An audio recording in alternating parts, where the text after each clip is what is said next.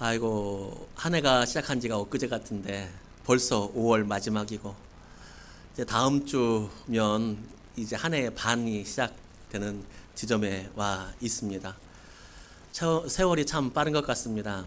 제가 우리 교회에 청빙을 받고 부임한 게 이제 5년째 지내고 있습니다. 5년째. 벌써 그렇게 됐습니다. 시간이 참 빠릅니다. 제가 우리 교회 비례 영광교회 이름을 처음 들었던 것은 제가 신대원 다닐 때입니다. 신대원 다닐 때 처음 그때 이름을 들었죠. 그래서 대전에 이런 교회도 있구나, 대전도에 이런 교회도 있구나라고 하는 것을 제가 처음 들었죠. 그 뒤에 한참 뒤에 노회 시찰로 처음 우리 교회로 방문할 때가 있었는데 시찰의 일로 우리 교회 처음 한번 방문했어요. 그래서 찾다 해서 여기구나, 그 비례영광 교회가 여기에 있구나라고 해서 처음 교회에 들어와 봤죠. 문 뒤에 들어와 봤는데 주방으로 좀 식당 그리고 아동부실에는 들어가 보지는 못했어요. 거기까지만 가봤어요. 문 열고 들어오고 시찰일 때문에. 그래서 처음 와 봤어요. 그때가 아마 우리 제 아들이 이름이 심고현인데, 고현이가 제가 우리 교회 처음 왔을 때, 처음 방문했을 때, 그때 고현이가 엄마 뱃속에 있었든지 아니면 낳고 깐난쟁이든지, 이제 그때 우리 교회 처음 제가 와본 거죠. 처음 교회 이름을 제가 들었을 때, 그리고 시찰의 일로 잠깐 방문했을 때, 여러분 그때 하고 제가 처음 청빙을 받아서 이곳에서 처음으로 섰을 때, 교회에 처음 왔을 때 제 마음의 감정이 다를까요? 같을까요? 처음 비례영광 교회라는 곳이 있대. 그런 교회 있어요. 그 시찰지로 이거를 좀 도장을 맡아와야 될 것 같아. 그래서 도장을 맡으러 왔을 때하고 제가 청빙을 받아서 교회 처음 나왔을 때하고 마음이 같아요, 달라요? 달라요. 이게 다르거든요. 이게 정말 다르거든요. 아주 많이 다르죠.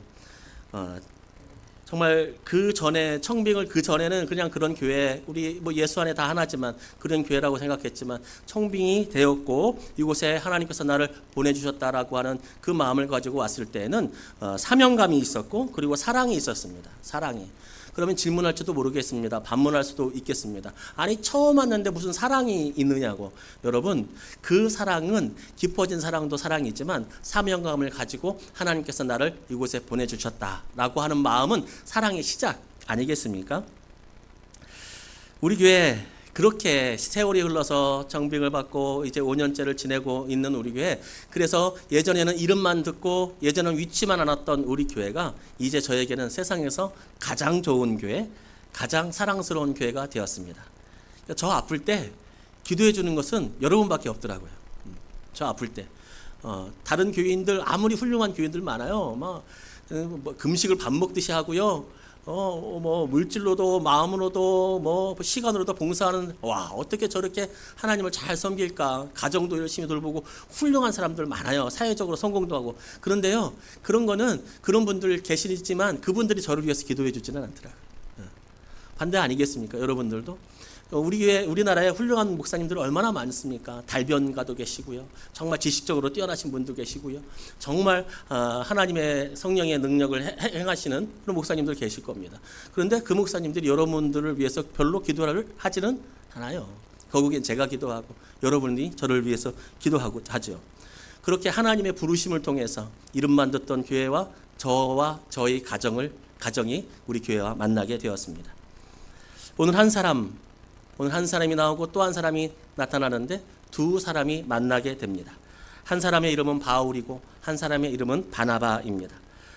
바울은 예수님을 믿는 제자들을 잡아 죽이는 일에 앞장섰던 사람이었습니다. 그래서 예수님을 잡으러 가는 도중에 예수님의 환상을 보게 됩니다. 그래서 이 바울은 회심하게 됩니다. 예수님이 진짜 있구나라고 하는 것을 알게 되었습니다.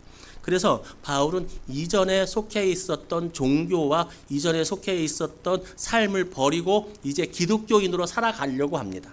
그렇게. 그리고 어디로 들어가려고 하냐면 예수 공동체, 예수 제자 공동체로 들어가려고 합니다.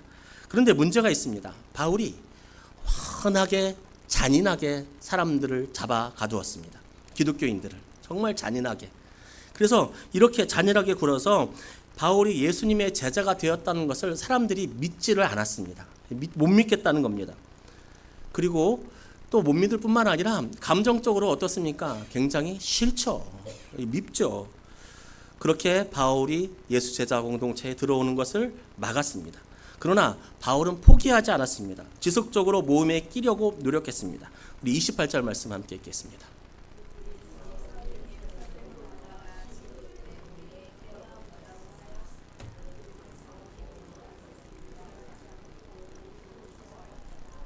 아멘. 여기서 끼어보려고 노력했다라고 하는 이 단어는 그냥 나 한번 들어갈게요 라고 한번 신청한 것이 아니라 이제 미완료예요. 계속적으로 지속적으로 끼어보려고 노력했다는 거예요. 그러니까 그거죠. 나 회심했다고 나 좀 교회 공동체로 받아달라고. 나 유대교 버리고 이제 다시 예수님의 공동체로 살아가려고 그렇게 하고 있으니까 좀 나 좀 받아달라고 그렇게 하고 있다는 말이죠. 한번 사귀려고 노력한 것이 아니라 지속적인 노력이 있었다는 얘기고, 반대로 어떤 일입니까? 교회는 지속적으로 그의 제자 공동체로 오는 것을 막았다는 거예요. 막았다는 거. 이것은 어찌 보면 당연한 결과입니다. 그만큼 바울이 한 행동은 무자비했습니다. 그때 한 사람이 나옵니다. 한 사람이 나오는데 그 사람의 이름은 바나바입니다. 바나바는 바울을 데리고 교회 지도자들을 찾아갑니다. 바나바는 누구냐면 사도행전 4장에 나오듯이 자신의 재산을 팔아서 교회에 헌금한 사람입니다. 이게 무슨 얘기냐면 자신의 재산을 팔아서 교회에 헌금했다라고 하는 것은 다른 의미가 아니라 그것을 가지고 제대로 살아가지 못하는 교인들과 함께 자신의 모든 것을 나누었다. 밥 먹지 못하는 사람들에게 밥이 되어 주었고 아파하고 힘들어하는 사람들에게 힘이 되어 주었습니다. 이게 바나바예요. 그래서 이래서 바나바로 부르는데 바나바는 위로의 아들이란 뜻이에요. 다른 사람을 위로했다는 거예요. 자신의 전 재산을 팔아가면서. 저에게는 꿈이 있습니다. 동산에서 우리 아이들과 막 그 루터킹의 그런 꿈 말고 저에게는 꿈이 있는데 우리 교인들 부채를 다 탕감해 주는 게 저는 꿈입니다.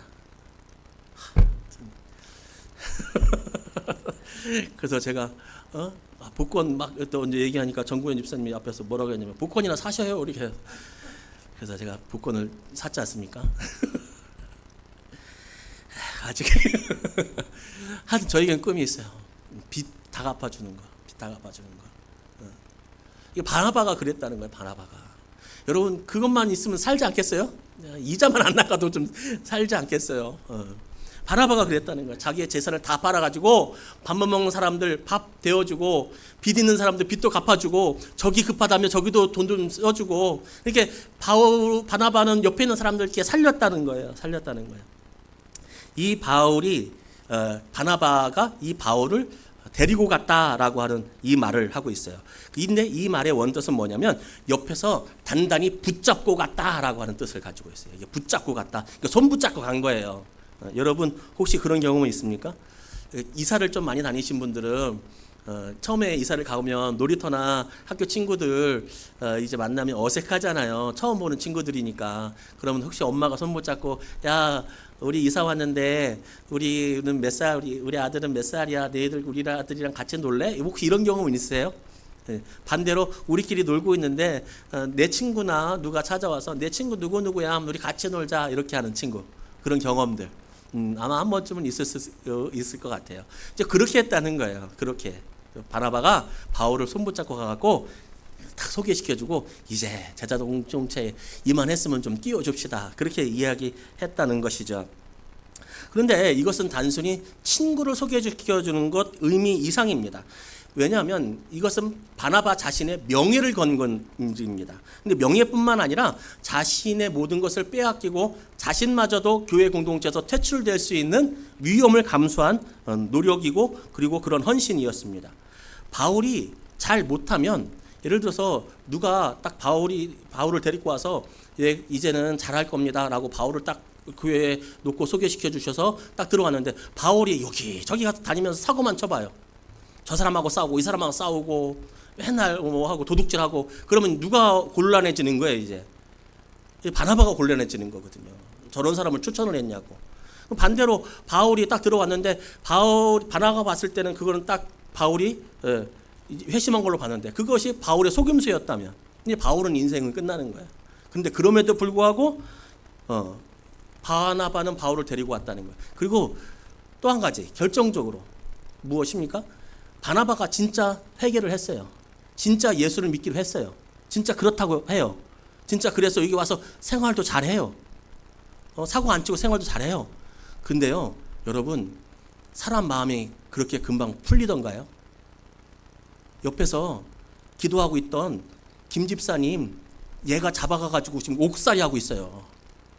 쉽게 말하면 제가 이거 설교하고 있는데 낙가무라 와가지고 저 잡아간 거예요. 근데 다음 주에 와가지고 낙가무라가 와가지고 우리 교회 등록하겠다는 거예요.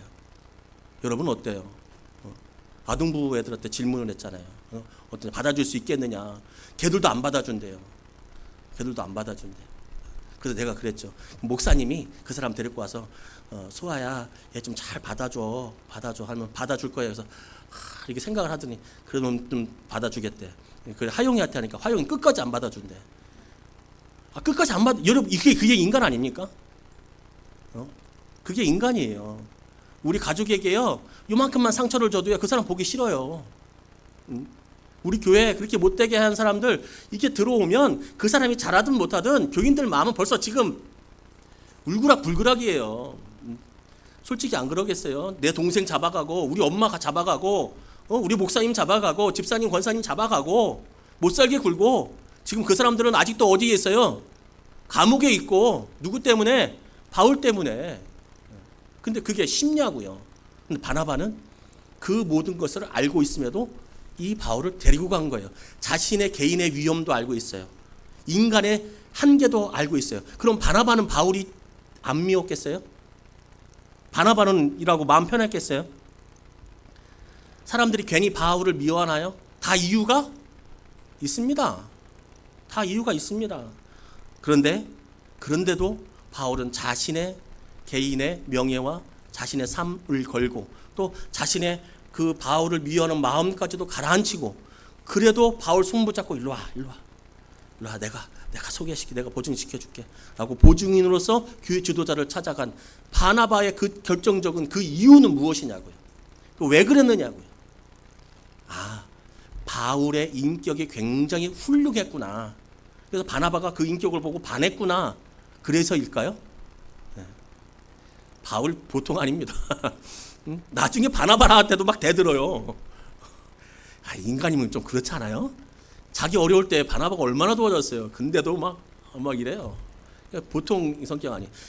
바울이 인격이 좋고 바울이 사람이 좋고 나랑 친하고 안 친하고 그건 두 번째고 바나바가 바울을 자신의 모든 것을 걸고서 교회에 데리고 온 것은 그렇게 진짜 밉상인 자기도 미워할 수밖에 없는 그 사람을 데리고 이제 그도 예수 그리스도인이야 라고 데리고 온 이유는 다른 건 아니고 한 가지 아닙니까? 하나님이 바울을 세우기를 원하시는 거예요. 하나님이 바울을 세우시기로 작정하신 거예요. 그것을 누가 본 거예요? 바나바가 본 거예요. 바나바가 본 거예요. 하나님이 세우시는 사람이구나. 하나님이 세우시기를 원하는 사람이구나. 그러니까 다른 것들은 다 억누르는 거예요. 그래서 손 붙잡고 가서 바울이 예수님을 이렇게 만났대요. 이렇게 전도했어요. 그것을 교회에 알려주었어요. 바울의 손을 붙잡아 주는 것이 바나바의 사명이었다는 거예요. 하나님은 바울을 세우기를 원하시고 이 바울을 세우는 데에 누가 사용이 되기를 원하시냐면 바나바가 사용이 되기 원하는 거예요. 그러니까 다른 모든 것들 내려놓고 하나님이 세우기 원하시니까 자신의 것들 내려놓고 바울을 세워주는 것이죠. 이게 사명이에요. 사명. 바나바는 사명으로 바울을 세워준 거죠. 제가 참 아름다운 이야기를 들었습니다. 참 아름다운 이야기. 우리 PPT 사진 1번 보시죠. 어떤 교회냐면 충북 옥천 충북 옥천 이원에 있는 대평교회라고 하는 교회입니다. 어때요? 흔히 이제 우리가 가끔씩 어디 가다 보면 흔히도 볼 수 있는 시골 교회, 옛날 양식을 따라 지은 교회이죠. 좀 낡았어요. 그리고 좀 오래됐어요. 흔히 있는 시골 교회예요. 근데 이 교회가 건축을 했습니다. 건축을 했는데 정말 도시에서도 지우기가 힘든 아름다운 건축을 했어요. 우리 사진 한번 2번 보실까요? 그렇죠? 진짜 아름답게 현대적 감각을 살려서 아름답게 건축을 했어요. 이렇게 아름답게 건축을 했는데 어떻게 이렇게 건축할 수 있었을까? 어떻게 이렇게 다 교인들의 대부분은 어르신일까요? 젊은 사람들일까요? 어르신들은 소득이 있어요? 없어요? 그냥 자녀들이 보내주는, 그리고 나라에서 지원해주는 뭐 농사를 지실 거예요? 어떻게 하실 거예요? 거기는요 한 70대면 가서 커피 타고 있어야 돼요. 다 어르신이에요. 그나마도 사람이 많을까요? 적을까요? 근데 어떻게 저렇게 아름다운 교회를 건축할 수 있었을까? 여기에는 진짜 아름다운 사연이 있어요. 이 교회가 96년이 됐는데 총 4번의 건축을 했습니다. 처음에는 초가집처럼 음막에서 처음 예배를 드렸어요. 그런데 그것을 보던 한 집사님이 내가 교회를 건축하고 싶다라고 마음을 먹고 내가 나에게 주신 사명이 교회 건축이다라고 하는 마음을 먹고 교회를 건축을 했어요. 첫 번째 처음 지었고 두 번째 이제 건축을 한 거죠. 그 모습을 누가 봤냐면 그 아들이 본 거예요.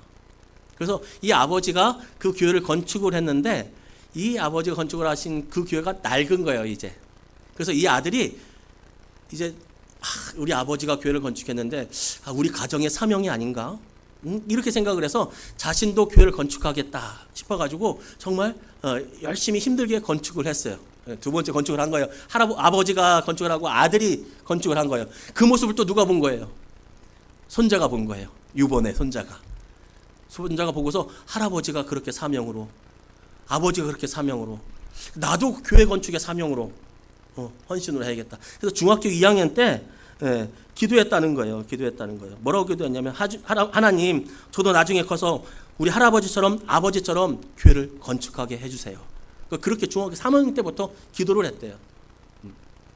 여러분, 우리가 다 그렇다시피 이분 나중에 학교 가고 하면은 옥천 이원에 남아 있었을까요? 떠났을까요? 떠났죠. 대도시로 떠나고 대학교를 다니고 직장을 다니고 그리고 고향교회 갈 일이 있어요? 없어요? 별로 없어요. 고향교회 갈 일이 없어요. 그런데도 자신의 사명을 그때까지도 마음에 품고 있는 거예요. 자신은 이미 떠나는 교회, 다니지도 않는 교회, 그냥 시골 교회. 이 교회가 자신의 사명이기에 그렇게 다시 한번 건축을 했고 아까 같은 건축물이 탄생하고 교회가 세워지게 되었습니다. 그냥 지나가다가 그 교회 건물 보면 저 교회는 저렇게 허름하냐, 시골 교회들 다 무너져서 큰일 났다. 저기는 어떻게 관리도 안 하냐, 그렇지 어르신들이 많으니까 어떻게 관리를 하겠어. 저기는 창문이 그대로 깨진 대로 있네 라고 하는 지나가는 사람들은 그렇게 그냥 그 교회를 바라볼 거예요. 그렇게 바라볼 거예요. 지나가는 흔한 사람들은. 저 같은 사람은 그렇게 바라보겠죠. 저기의 목사님은 나이가 좀 많이 드셨나, 어떻게 관리를 풀도 저렇게 안 뽑고 계시네, 이렇게 할 거예요. 저 같으면 지나가는 사람들은. 그런데 똑같은 낡은 건축물, 낡은 교회를 보고 자신은 지나갈 때마다 그리고 기도할 때마다 생각을 하는 거예요. 내가 언젠가는 우리 교회를 건축을 해야겠다. 여러분 그렇게 생각하는 거예요. 그냥 교회로, 허름한 교회로, 그냥 교회로 보이는 것이 아니라 건축할 교회로 보이는 거예요. 무엇이 있으면? 사명이 있으면, 부르심이 있으면. 여러분 바나바도 그런 것입니다. 여러분 오해하지 마세요. 건축하자는 얘기가 아니에요. 헌금하자는 얘기가 아니에요. 그냥 자기의 사명을 가진 사람들이 그렇게 살아가더라는 거예요. 그렇게 살아가더라는 거예요. 하나님께서 맡겨주신 사명, 교회의 사명, 가정에서 사명, 힘들고 어려워도 우리 아빠들 가서 일하잖아요. 왜 일하는 거예요? 편해서 일하는 거예요? 직장이 좋아서 일하는 거예요? 아니요. 그 사명이 있잖아요. 나에게 이 가정을 맡기신 그 소명이 있잖아요. 부르심이 있잖아요. 그러니까 가슴에 사표 품고 다니면서 엄마들도 나가서 일하고 아빠들도 나가서 일하는 거예요. 그 얘기를 하는 거예요. 바나바도 그런 것 아니겠습니까? 자신이 해야 할 일을 보았습니다. 하나님은 분명히 바울을 세우고 싶어 하셔. 근데 아무도 그를 받아두지 않아. 근데 자기는 알겠어. 근데 한번 가서 바울이 부탁하는 걸 보고서 그래도 나서지 말자. 괜히 내가 나섰다가 그동안 쌓아놓은 내 공로도 다 없어지고, 그리고 저거는 바울이 잘못했지. 다른 사람도 마음도 이해가는 거예요. 김 집사님 동생 끌려갔는데 김 집사님이 그 바울 미워하는 건 당연하지. 한번 바울이 찾아갔을 때 이렇게 보다가 참자. 두 번 찾아갔을 때 참자. 세 번 찾아갔을 때 참자. 근데 아무래도 마음이 신경이 쓰이는 거예요. 바울을 세워야 되는데 바울이 하나님이 쓰셔야 되는데. 그래서 그 마지막에 바울 손 붙잡고 가서 내가 보증하겠다고. 그런 것 아니겠습니까? 앞에서 말씀드렸다시피 제가 우리 교회 이름을 처음 듣고 그 후에 고현이가 뱃속에 있을 때 잠깐 방문했을 때하고 하나님께서 우리 가정을 이곳에 부르셨을 때하고 마음이 다릅니다. 부르셨으니까 우리 가정을 위해서 또한 교회를 위해서 우리 가정도 위해서 교회도 위해서 우리를 부르셨으니까 그때는 마음이 천지 땅 하늘과 땅 차이예요. 하늘과 땅 차이. 참 좋은 말이 있습니다. 조선시대의 유한준님의 글을 유홍준님이 재해석한 글입니다. 무엇이냐면 사랑하면 알게 되고 알게 되면 보이나니 그때 보이는 것은 이전과 같지 아니하리라. 그러니까 사랑하면 알게 되고 알게 되면 보이는 거예요. 그리고 그 보이는 것은 이전과 같지 않은 거예요. 여러분 사랑하면 비례영광교회가 보이는 거예요. 그럼 그때만 알게 되는 거예요. 그래서 이전에는 그냥 흔한 비례동에 있는 많은 교회들이 있지만 그 교회는 내 교회가 됐을 때는 이전과 같지가 않은 거예요. 저처럼 그냥 한번 이름만 듣고 한번 왔다가 방문했던 사람들 그 교회가 이제 하나님께서 나를 보내신 것을 아니까 그 교회가 세상에서 가장 귀한 교회가 저에게 됐다는 거예요. 그게 부르심이라는 거예요. 지나가다가 그냥 시골교회지라고 하는 것이 아니라 저 교회는 나를 부르신 곳이고 저 교회는 내가 건축할 교회라고 하는 것을 아니까 그 교회는 이전과 다른 교회와는 다른 교회를 보는 거예요. 저는 사랑하면 보이나니 사랑하면 알게 되고 알게 되면 보이나니 그때 보이는 것은 이전과 같지 않다. 이 말을 저도 다른 방향으로 재해석을 해보겠습니다. 보내심을 알면 보이나니 그때 보이는 것은 전과 같지 않다. 네. 하나님께서 저를 여기로 보내주신 것을 아니까 이제 비례영광교회는 비례영광교회가 아니에요. 보내심을 알면 보이나니 그때 보이는 것은 이전과 같지가 않다. 참 제일 소중한 교회가 되었습니다. 저에게 보내심을 알으니까. 말씀드렸다시피 다른 교인들이 아무리 훌륭해도요. 저를 위해서 기도하는 것은 여러분이고요. 다른 목사님들 아무리 좋아도요. 그 목사님들보다 가장 여러분들을 생각하는 건 저 아니겠습니까? 고민하는 거. 여러분은 어떻게 우리 교회에 오시게 되었습니까? 누구의 권면입니까? 아니면 지나가다가입니까? 아니면 전도입니까? 어떻게 오시게 되었습니까? 아마 각자 다 다를 것입니다. 그러나 각자 오게 된 이유와 각자 오게 된 그 사연은 다르지만 같은 것은 하나가 있으니 그것은 무엇이냐면 하나님께서는 우리를 이곳으로 불러 모으셨다는 거예요. 하나님이 불러 주셨다는 거예요. 하나님이 불러 주셨다는 거예요. 주님의 몸된 교회를 세우고 주님의 나라를 확장시키기 위해서 우리를 보내주셨다는 거예요. 제가 좀 전에 뭐라고 표현했냐면 하나님께서 저를 이곳에 보내주셨습니다. 왜? 저의 가정을 위해서 그리고 교회를 위해서. 하나님께서 여러분들을 불러주셨습니다. 누구를 위해서? 여러분을 위해서 그리고 교회를 위하여서. 우연이 아닌 거예요. 하나님께서 보내주신 것은 다 같은 거예요. 어떻게 보내셨느냐 방법은 다를지라도 제 주장 아니에요. 골로새서 3장 15절 말씀.